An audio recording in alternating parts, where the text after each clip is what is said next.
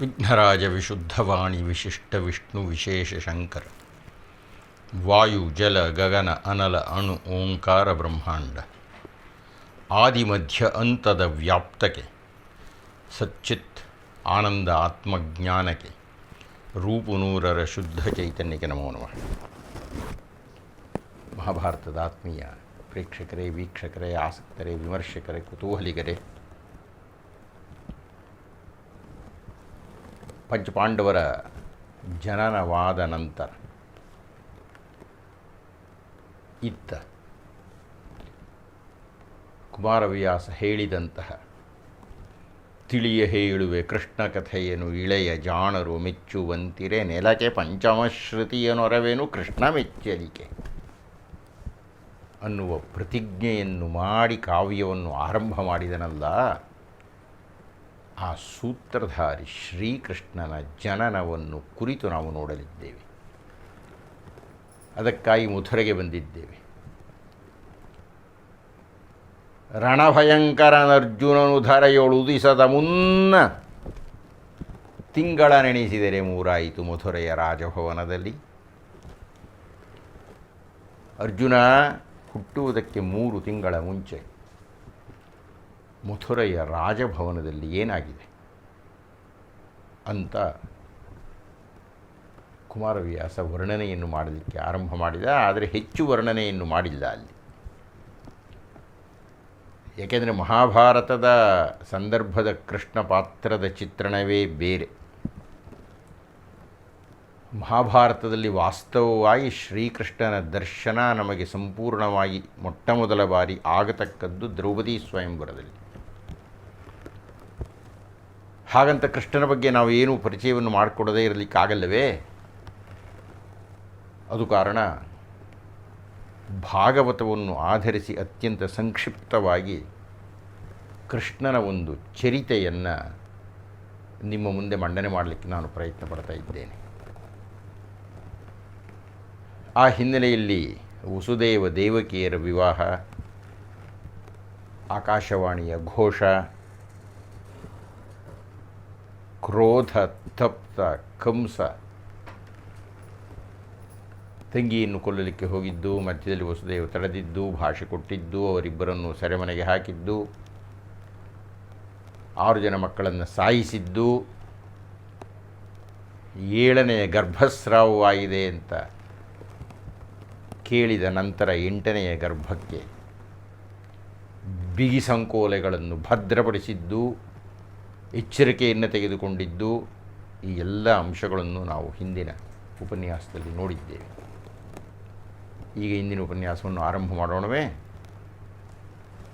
ನಾರಾಯಣಂ ನಮಸ್ಕೃತ್ಯ ನರಂಚೈವ ನರೋತ್ತಮಂ ವ್ಯಾಸಂ ವಾಗ್ದೇವೀಂಚೈವ ತತೋ ಜಯಮುದೀರಯೇತ್.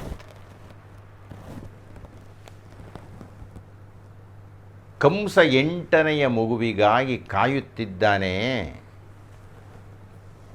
ಮಾತೆತ್ತಿದೆ, ದಿನ ಕಳೆದರೆ ಬೆಳಗಾದರೆ 8ನೆಯ ಮಗುವಿನ ಆಗಮನಕ್ಕಾಗಿ ತಹತಹಿಸ್ತಾ ಇದ್ದಾನೆ. ದ್ವಾರಪಾಲಕರಿಗೆಲ್ಲ ಹೇಳಿದ್ದಾನೆ, ಸೇನೆಯನ್ನು ಬಂದೋಬಸ್ತು ಮಾಡಿದ್ದಾನೆ. ಇನ್ನು ಮಗುವೇ ಹುಟ್ಟಿಲ್ಲ, ಆಗಲೇ ಅವನ ಒದ್ದಾಟವನ್ನು ನೋಡಿ. ದೊಡ್ಡ ದೊಡ್ಡ ಬೀಗಗಳನ್ನು ಹಾಕಿದ್ದಾನೆ ಸೆರೆಮನೆಗೆ. ಯಾವುದೇ ಕಾರಣದಿಂದ ಹುಟ್ಟಿದ ಮಗು ತಪ್ಪಿಸಿಕೊಳ್ಳಬಾರದು ಅಂತ.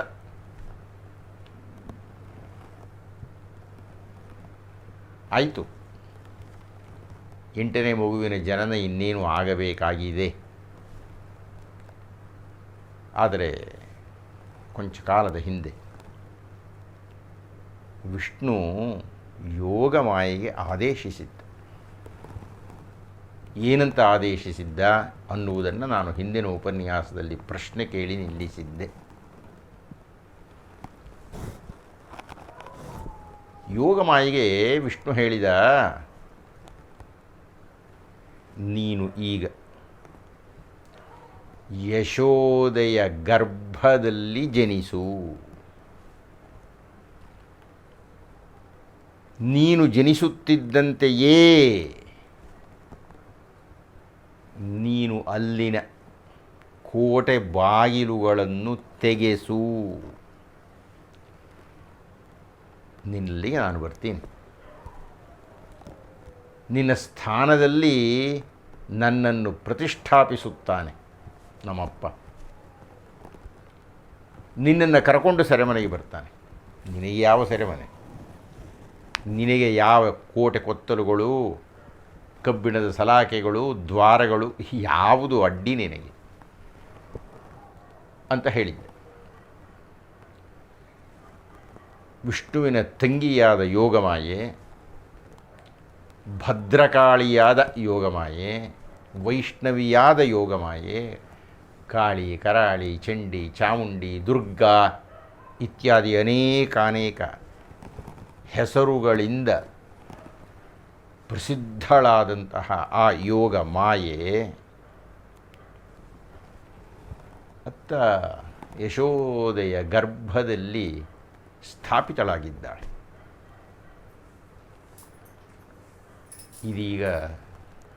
ಇದೀಗ ಕುಮಾರವ್ಯಾಸ ಬಹಳ ಸುಂದರವಾಗಿ ಬರೀತಾನೆ. ಗುಣರಹಿತನಚ್ಯುತನು ವರಶ್ರಾವಣದ ಬಹುಳ ಅಷ್ಟಮಿ ಇರುಳು ರೋಹಿಣಿಯಲವತರಿಸಿದನಲೈ. ದೇವಕಿಯ ಗರ್ಭದಲ್ಲಿ ವಸುದೇವ ದೇವಕಿಯರ ಸಂಯೋಗದಿಂದ ದೇವಕಿಯ ಗರ್ಭದಲ್ಲಿ ಗುಣರಹಿತನಚ್ಯುತನು. ಕುಮಾರವ್ಯಾಸಂದು ಬಹುದೊಡ್ಡ ಅದ್ವೈತ ದೃಷ್ಟಿಕೋನ ಅದು. ನಿರ್ಗುಣ, ನಿರೂಪಮ, ನಿರಾಲಂಬ ಇತ್ಯಾದಿ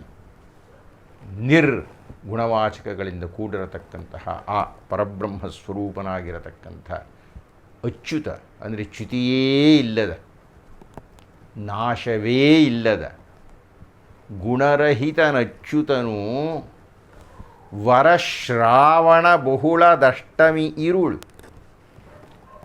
ಶ್ರಾವಣ ಮಾಸದ ಬಹುಳ ಅಷ್ಟಮಿ, ಕೃಷ್ಣಾಷ್ಟಮಿ, ಅದಕ್ಕೆ ಇದು ಕೃಷ್ಣಾಷ್ಟಮಿ ಅಂತ ಅಷ್ಟು ಪ್ರಸಿದ್ಧವಾಗಿರತಕ್ಕಂಥ ಶ್ರಾವಣ ಮಾಸದ ಕೃಷ್ಣ ಪಕ್ಷದ ಅಷ್ಟಮಿಯ ರಾತ್ರಿ ರೋಹಿಣಿ ನಕ್ಷತ್ರದಲ್ಲಿ ದೇವಕಿಯ ಗರ್ಭದಲ್ಲಿ ಅವತರಿಸಿದ್ದಾನೆ.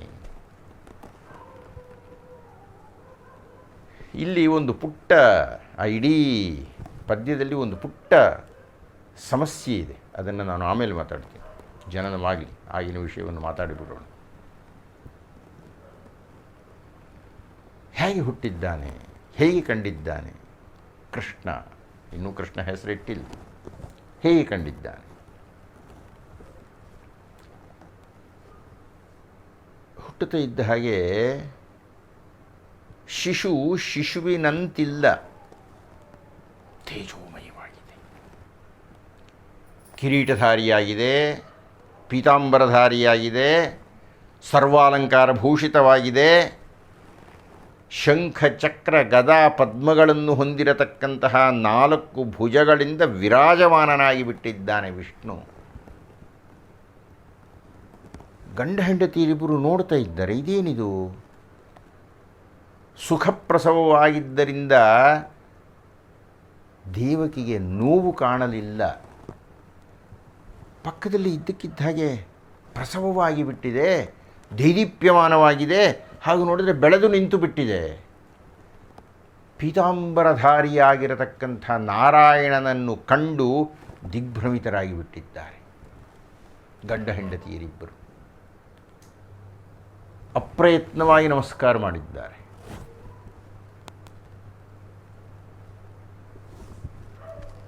ತಂದೆಯಾಗಿರತಕ್ಕಂತಹ ವಸುದೇವ ಆ ವಾಸುದೇವನನ್ನು ಸ್ತುತಿಸಲಿಕ್ಕೆ ಆರಂಭ ಮಾಡಿಬಿಟ್ಟು,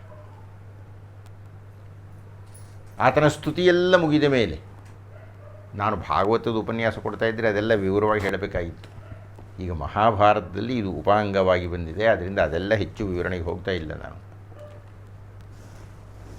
ಆತನ ಸ್ತುತಿಯೆಲ್ಲ ಮುಗಿದ ಮೇಲೆ ಕೊನೆಯಲ್ಲಿ ಹೇಳಿದ, ನೀನು ನಿರ್ಭಯ, ನಾನು ಮಹಾಭಯಭರಿತ.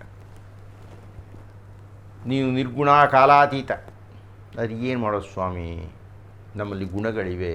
ಹೀಗಾಗಿ ನನಗೆ ಹೆದರಿಕೆಯೂ ಇದೆ, ಕಂಸನ ಹೆದರಿಕೆ ಇದೆ.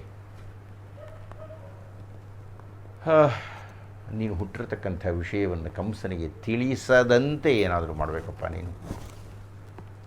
ಇಲ್ಲದಿರೋನು ಬಂದುಬಿಡ್ತಾನೆ, ಬಂದು ಕೊಚ್ಚಾಕಿಬಿಡ್ತಾನೆ. ಸ್ವಾಮಿ ಹಿಂದಿನ 6 ಮಕ್ಕಳುಗಳನ್ನು ಸಾಯಿಸಿಬಿಟ್ಟಿದ್ದಾನೆ. ಹಸನ್ಮುಖಿಯಾದ ವಿಷ್ಣು ಹೇಳಿದ, ವಸುದೈವ ದೇವಕಿಯರೇ, ನೀವು ಯಾರು ಅಂತ ಗೊತ್ತಾ ನಿಮಗೆ?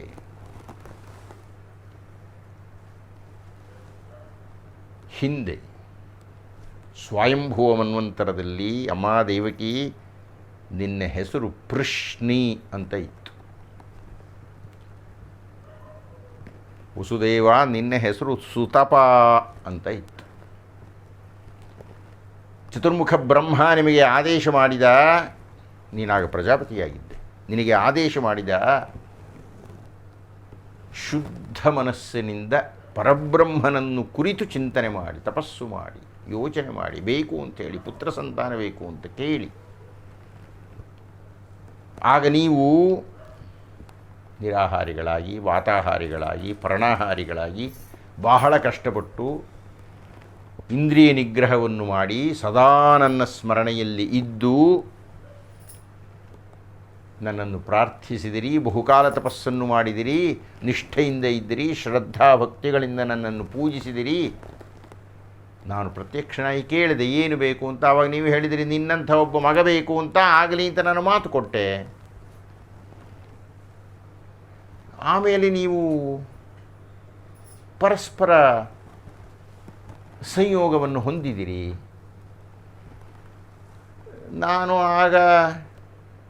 ನಾನು ಕೊಟ್ಟ ಮಾತನ್ನು ಉಳಿಸಿಕೊಳ್ಳಬೇಕಾಗಿ ನನ್ನಂತಹ ಮತ್ತೊಬ್ಬ ವ್ಯಕ್ತಿ ಯಾರನ್ನು ನಿಮಗೆ ಕಳಿಸೋಣ ಅಂತ ಯೋಚನೆ ಮಾಡಿದರೆ ನನಗೆ ಸಮಾನನಾದ ಮತ್ತೊಂದು ಶಕ್ತಿ ಇಲ್ಲದ್ದರಿಂದ ನಾನೇ ನಿಮಗೆ ಹುಟ್ಟಿಬಿಟ್ಟೆ. ಪೃಶ್ನಿಗರ್ಭ ಅಂತ ನನಗೆ ಹೆಸರನ್ನು ಕೊಟ್ಟರು. ಆ ಜನ್ಮದ ಕೊನೆಯಲ್ಲಿ ನಾನು ನಿಮ್ಮನ್ನು ಕೇಳಿದೆ, ನನಗೆ ತುಂಬ ಸಂತೋಷವಾಯಿತು ಅಂತ. ಇಲ್ಲ ಅಂದ್ರಿ. ಮತ್ತೆ ನಾನು ಹುಟ್ಟುತ್ತೇನೆ ಅಂತ ಭರವಸೆ ಕೊಟ್ಟೆ. ಆನಂತರ ನೀನು ಅದಿತಿಯಾಗಿ ಹುಟ್ಟಿದೆ, ಈ ವಸುದೇವ ಕಶ್ಯಪನಾಗಿ ಹುಟ್ಟಿ. ಕಶ್ಯಪ ಅದಿತಿಯ ಸಂಯೋಗದಲ್ಲಿ ಮತ್ತೆ ತಪಸ್ಸು, ಮತ್ತೆ ಪ್ರಾರ್ಥನೆ, ಮತ್ತೆ ನಾನು ಪ್ರತ್ಯಕ್ಷ, ಮತ್ತೆ ನಾನು ಹೇಳಿದೆ ನಾನು ಹುಟ್ಟುತ್ತೀನಿ ನಿಮಗೆ. ವಾಮನನಾಗಿ ಹುಟ್ಟಿದೆ. ವಾಮನನಾಗಿ ಹುಟ್ಟಿದೆ. ನಾನು ಬೇರೆ ಕಾರ್ಯವನ್ನು ಮಾಡಬೇಕಾಗಿತ್ತು, ಅಲ್ಲಿಂದ ನಾನು ಯಜ್ಞಭೂಮಿಗೆ ಹೋದೆ, ಇತ್ಯಾದಿ ಇತ್ಯಾದಿ. ನಾನು ವಾಮನನಾಗಿದ್ದೆ ಅಂದರೆ ಸ್ವಲ್ಪ ಕುಳ್ಳಾಗಿದ್ದೆ ನಾನು. ಆ ಅವತಾರದಲ್ಲಿಯೂ ನಾನು ನಿಮ್ಮನ್ನು ಕೇಳಿದೆ, ತೃಪ್ತಿಯಾಯಿತು. ಇಲ್ಲ ಅಂದ್ರಿ, ಮತ್ತೆ ನಾನು ಹುಟ್ಟುತ್ತೀನಿ ಅಂತ ಹೇಳಿದೆ. ಈಗ ಹುಟ್ಟಿದ್ದೇನೆ. ಹೀಗೆ ನಾನು ಚತುರ್ಭುಜನಾಗಿ ಹುಟ್ಟದೇ ಇದ್ದಿದ್ದರೆ ನಿಮಗೆ ಇದೆಲ್ಲ ಗೊತ್ತಾಗ್ತಾ ಇರೋದಿಲ್ಲ. ಪೂರ್ವಜನ್ಮ ಸ್ಮರಣೆಯಿಂದ ನೀವು ನನ್ನನ್ನು ನೆನಪಿಸಿಕೊಳ್ಳಿ, ನಾನು ಕೊಟ್ಟಿರತಕ್ಕ ಭಾಷೆಯನ್ನು ಉಳಿಸಿಕೊಂಡಿದ್ದೆ. ಆಗ ದೇವಕಿ ಹೇಳಿದ್ದು, ಸ್ವಾಮಿ ಹೀಗೆ ನೀನು 4 ಭುಜದಲ್ಲಿ ಇದ್ದರೆ ಜನರು ಏನಂತಾರೆ? ನಿನ್ನಂತಹ ನಿರ್ಗುಣ ಸ್ವರೂಪಿಯಾಗಿರತಕ್ಕಂಥ ಪರಮಾತ್ಮನನ್ನು ಈ ಮಂದಬುದ್ಧಿಯ ಜನರು ಹೇಗೆ ಅರ್ಥ ಮಾಡಿಕೊಳ್ತಾರೆ? ಬಹುಶಃ ದೇವಕಿಯ ಮನಸ್ಸಿನಲ್ಲಿ ಏನು ಯೋಚನೆ ಇತ್ತೋ ಗೊತ್ತಿಲ್ಲ. 4 ತೋಳುಗಳ ಮಗುವನ್ನು ನೋಡಿದ ಜನ ಅಪಹಾಸ್ಯ ಮಾಡ್ತಾರೆ ಅಂತ ಇತ್ತೋ ಏನೋ. ಆದ್ದರಿಂದ ಈ 4 ಭುಜಗಳನ್ನು ಉಪಸಂಹರಿಸಬೇಕು ಅಂತ ಕೇಳಿದೆ.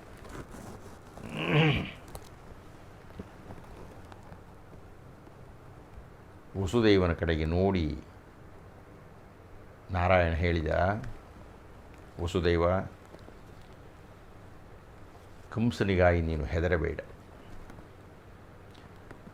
ನಿನಗೆ ಕಂಸನ ಹೆದರಿಕೆ ಜಾಸ್ತಿ ಇದ್ದರೆ ಒಂದು ಕೆಲಸ ಮಾಡು, ನನ್ನನ್ನು ಕರ್ಕೊಂಡು ಹೋಗು.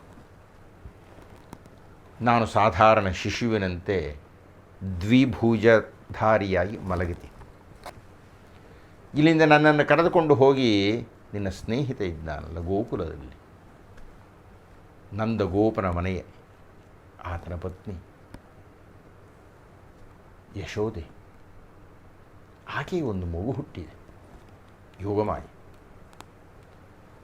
ನನ್ನನ್ನು ಅಲ್ಲಿ ಮಲಗಿಸಿ ಅವಳನ್ನು ಕರ್ಕೊಂಡು ಬಾ. ಕರ್ಕೊಂಡು ಬಂದು ನಿನ್ನ ಹೆಂಡತಿಯ ಪಕ್ಕದಲ್ಲಿ ಮಲಗಿಸು ಅಂತ ಹೇಳಿದ. ವಸುದೇವನಿಗೆ ಏನೇನೋ ಪ್ರಶ್ನೆಗಳು. ಹಾಗಂತ ಹೇಳಿ ವಿಷ್ಣು ಮಗುವಾಗಿಬಿಟ್ಟು ಪುಟ್ಟ ಮಗುವಾಗಿ 2 ಕೈಗಳ 2 ಕಾಲುಗಳ ಮಗುವಾಗಿ ಮಲಗಿಬಿಟ್ಟಿದ್ದಾನೆ. ನಗ್ತಾ ಇದ್ದಾನೆ, ಕೈಕಾಲಾಡಿಸ್ತಾ ಇದ್ದಾನೆ. ಆಗ ತಾನೇ ಹುಟ್ಟಿದ ಮಗು. ವಸುದೇವನಿಗೆ ದೊಡ್ಡ ಪ್ರಶ್ನೆ ಈಗ. ಕೈಗೆ ಭಾರದ ಸಂಕೋಲೆಗಳು, ಬಾಗಿಲಿಗೆ ದೊಡ್ಡ ಬೀಗಗಳು, ಹೊರಗಡೆ 100 ಮಂದಿ ರಾಕ್ಷಸರು ಕಾವಲು ಕಾಯ್ತಾ ಇದ್ದಾರೆ. ರಾತ್ರಿ ನೋಡಿದ್ರೆ ಮಳೆ ಬರ್ತಾ ಇದೆ. ಹೇಗಪ್ಪ ಹೋಗೋದು?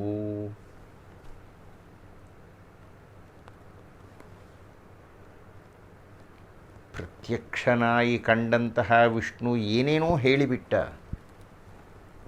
ಹಿಂದಿನ ಜನ್ಮಗಳ ಸ್ಮರಣೆಯನ್ನೆಲ್ಲ ಉಂಟಾಗುವಂತೆ ಮಾಡಿಬಿಟ್ಟ. ಹೌದೌದೌದು, ವಿಷ್ಣುವೇ ಮಾತು ಹುಟ್ಟಿದ್ದಾನೆ. ಈ ವಿಷ್ಣುವೇ ಹುಟ್ಟಿರ್ಬೇಕಾದ್ರೆ ನಾನು ಯಾಕೆ ಯೋಚನೆ ಮಾಡಬೇಕು ಈ ವಿಷಯದಲ್ಲಿ ಅಂತ ಅಂದುಕೊಳ್ತಿದ್ದ ಹಾಗೆ ಸಂಕೋಲೆಗಳು ಬಿಚ್ಚಿ ಹೋದುವು. ದೈವವನ್ನು 100ಕ್ಕೆ 100ರಷ್ಟು ನಂಬಿದರೆ ಯಾವ ಬಂಧನವೂ ಇರುವುದಿಲ್ಲ. ದೇವಕಿಗೆ ಮರೆವು, ದೇವಕಿಗೆ ಮಾಯೆಯ ಮುಸುಕು. ದೇವಕಿ ನಿದ್ದೆ ಹೋಗಿಬಿಟ್ಟಿದ್ದಾಳೆ. ವಸುದೇವ ಆ ಮಗುವನ್ನು ಎತ್ತಿಕೊಂಡ. ಅಲ್ಲೊಂದು ಬುಟ್ಟಿ ಇತ್ತು, ಆ ಬುಟ್ಟಿಯಲ್ಲಿ ಆ ಮಗುವನ್ನು ಇಟ್ಟ. ತಲೆಯ ಮೇಲೆ ಎತ್ತಿಕೊಂಡ. ಬಾಗಿಲೆಲ್ಲ ಹಾಕಿದೆ. ಅವನಿಗೆ ಗೊತ್ತು, ಕೈಗಳ ಸಂಕೋಲೆಯೇ ಕಳಚಿ ಹೋದ ಮೇಲೆ ಯಾವ ಬೀಗ, ಯಾವ ಬಾಗಿಲು, ಯಾವ ದ್ವಾರಪಾಲಕರು. ಬಾಗಿಲಿನ ಹತ್ತಿರಕ್ಕೆ ಹೋಗ್ತಾ ಇದ್ದ ಹಾಗೆ ಬೀಗ ತೆಕ್ಕೊಳ್ತು, ಬಾಗಿಲು ತೆಗೆಯಿತು. ದ್ವಾರಪಾಲಕರೆಲ್ಲ ಮಲಗಿ ನಿದ್ದೆ ಹೋಗ್ತಾ ಇದ್ದಾರೆ. ಮಹದಾಶ್ಚರ್ಯಚಕಿತನಾಗಿ, ಮಹಾಸಂತುಷ್ಟನಾಗಿ ಆ ಬುಟ್ಟಿಯನ್ನು ತಲೆಯ ಮೇಲೆ ಇಟ್ಟುಕೊಂಡಂಥ ವಸುದೇವ ಸೆರೆಮನೆಯನ್ನು ಬಿಟ್ಟು ಹೊರಗೆ ಬಂದಿದ್ದಾನೆ. ಹೊರಗೆ ಜೋರು ಮಳೆ. ಮಳೆ ಅಂತ ಅಂದುಕೊಳ್ಳುತ್ತಾ ಇದ್ದಾನೆ. ಆ ಕಾರಿರುಳಿನಲ್ಲಿ ಮಿಂಚು ಹೊಡೆಯಿತು. ನೋಡ್ತಾನೆ, ಸೆರೆಮನೆಯ ಬಾಗಿಲಿನಲ್ಲಿ ತನ್ನ ಕನಸಿನಲ್ಲಿಯೂ ಕಾಣಲಾರದಷ್ಟು ಬೃಹತ್ ಸರ್ಪವೊಂದು, ಬಿಳಿಯ ಸರ್ಪವೊಂದು, ಆದಿಶೇಷವೊಂದು ಸಹಸ್ರ ಫಣಾಮಂಡಲವನ್ನು ತೆಗೆದು ನೀರಿನ ತೊಟ್ಟು ಮೇಲೆ ಬೀಳದಂತೆ ಬಿಳಿಯ ಕೊಡೆಯಾಗಿ ಅರಳಿಬಿಟ್ಟಿದೆ. ದೇವರುಗಳಿಗೆ, ರಾಜಮಹಾರಾಜರುಗಳಿಗೆ ಈ ಶ್ವೇತ ಛತ್ರವನ್ನು ಇಡ್ತಾರೆ. ಶ್ರೀಕೃಷ್ಣ ಉದಯವಾಗಿ ಮೊದಲ ಬಾರಿಗೆ ಹೊರಗೆ ಹೋಗ್ತಾ ಇದ್ದಾನೆ. ಗರ್ಭಕೋಣೆಯಿಂದ ಹೊರಗೆ ಹೋಗ್ತಾ ಇಲ್ಲ, ಗರ್ಭಗುಡಿಯಿಂದ ಹೊರಗೆ ಹೋಗ್ತಾ ಇದ್ದಾನೆ. ಆ ಶ್ವೇತ ಛತ್ರ ಹಿಡಿದಂತೆ ಆದಿಶೇಷ ಬಿಳಿಯ ಹಾವು ತನ್ನ ಹೆಡೆಗಳನ್ನು ಅರಳಿಸಿ ನಿಂತಿದೆ. ವಸುದೇವ ಯಾವುದೋ ಒಂದು ಭ್ರಮೆಯಲ್ಲಿ, ಯಾವುದೋ ಒಂದು ಮಾಯೆಯಲ್ಲಿ, ಯಾವುದೋ ಒಂದು ಸೆಳೆತಕ್ಕೆ ಒಳಗಾಗಿ ಯಾವುದೋ ಒಂದು ಚುಂಬಕ ಶಕ್ತಿಗೆ ಸೆಳೆಯಲ್ಪಟ್ಟು ಆ ಚುಂಬಕ ಶಕ್ತಿಯನ್ನು ತಲೆಯ ಮೇಲೆ ಧರಿಸಿ ಆ ಮಳೆಯಲ್ಲಿ ನಡೆದು ಮುಂದೆ ಹೋಗ್ತಾ ಇದ್ದರೆ ಹಿಂದೆ ಸರ್ಪ ಬರ್ತಾ ಇದೆ, ಕೊಡೆಯಾಗಿ ಬಿಳಿ ಕೊಡೆಯಾಗಿ ಬರ್ತಾ ಇದೆ. ಒಂದು ತೊಟ್ಟು ನೀರು ಮೇಲೆ ಬೀಳ್ತಾ ಇಲ್ಲ. ಮುಂದೆ ನೋಡಿದರೆ ಯಮುನೆ ಭಯಂಕರವಾಗಿ ಭೀಕರವಾಗಿ ದೊಡ್ಡ ದೊಡ್ಡ ಅಲೆಗಳಿಂದ ತುಂಬಿ ಹರಿತಾ ಇದ್ದಾಳೆ. ವಸುದೇವನಿಗೆ ಮನಸ್ಸಿನಲ್ಲಿ ಅನ್ನಿಸ್ತು, ಇಷ್ಟೆಲ್ಲ ತೊಂದರೆ ಯಾಕೆ,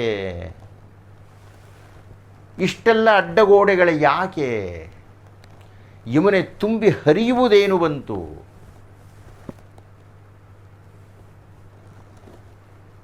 ಶ್ರೀರಾಮರು ಹಿಂದಿನ ಅವತಾರದಲ್ಲಿ ಸಮುದ್ರವನ್ನು ದಾಟಬೇಕಾಗಿದ್ದಾಗ ಸಮುದ್ರ ದಾರಿಯನ್ನು ಕೊಡದೇ ಇದ್ದಾಗ ಕನಲಿ ಹೋಗಿ ಒಂದು ಮಾತು ಹೇಳಿದ್ದು, ಪದ್ಭ್ಯಾಂ ಯಾಂತು ಪ್ಲವಂಗಮಾಹ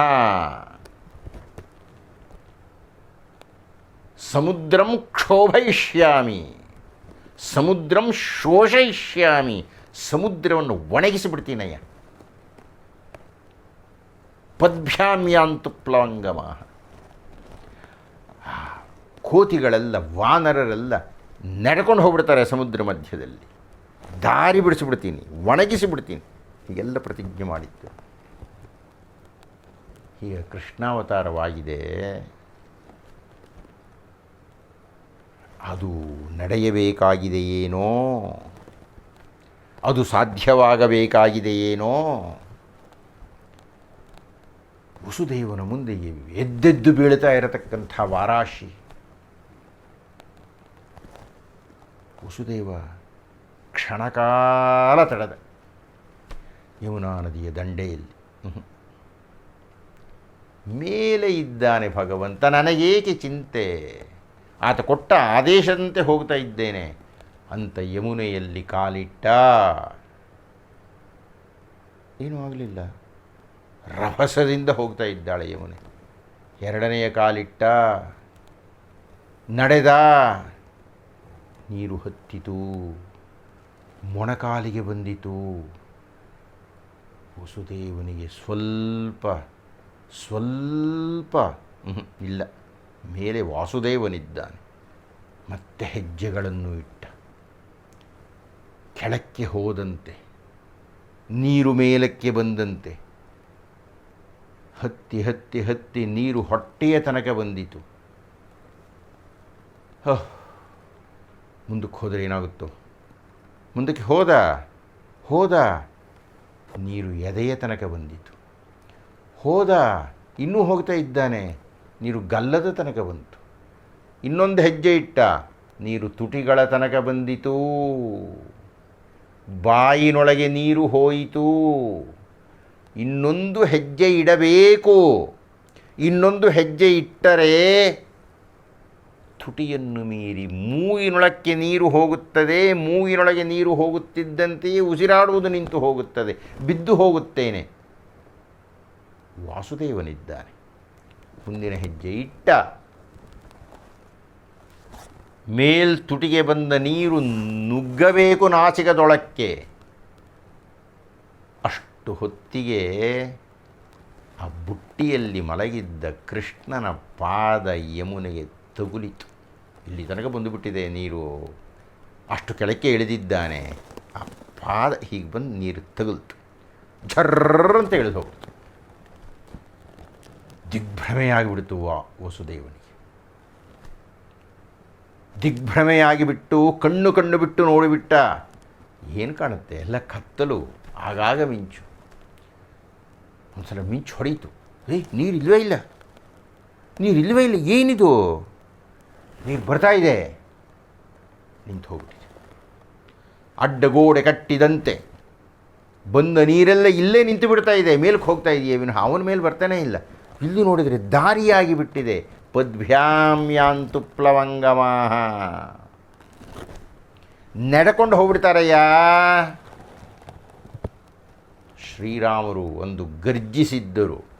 ಇಂದು ಕೃಷ್ಣ ಮಾತನಾಡದೆ ಪಾದಸ್ಪರ್ಶ ಮಾಡಿ ಆ ನೀರನ್ನು ಇಬ್ಬಾಗ ಮಾಡಿಬಿಟ್ಟು ನೆಲವನ್ನು ತೋರಿಸಿಬಿಟ್ಟ ವಸುದೇವನಿಗೆ ನಡೆದುಕೊಂಡು ಹೋಗ್ಬಿಡು.